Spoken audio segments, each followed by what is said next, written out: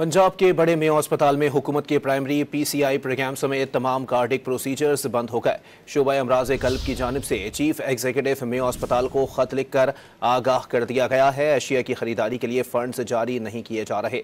मजीद जानते हैं don news के नुमाइंदे नुमान लियाकत से। नुमान, मजीद बताइएगा।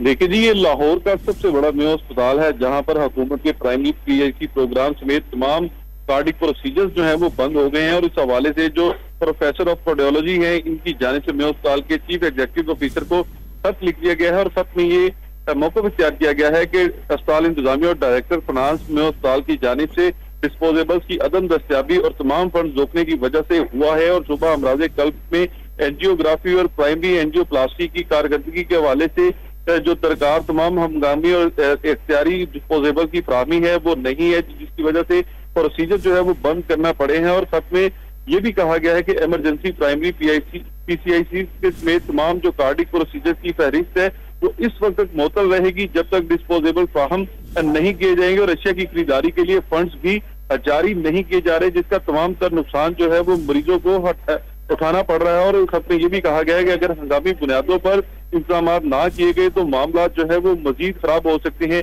इस हवाले से जो मेयो अस्पताल के एमएसए इनकी जानिब से ये मौका भी तैयार किया गया है कि जो कंपनियां हैं इनके काफी जो जिम्मेदारियां हैं वो इन पर आयद हैं और अरबों रुपए के फंड्स जो है वो वाजिबुल अदा है, जिसकी वजह से खरीदारी फिलफौर जो मुमकिन नहीं है। जी, बहुत शुक्रिया नुमान।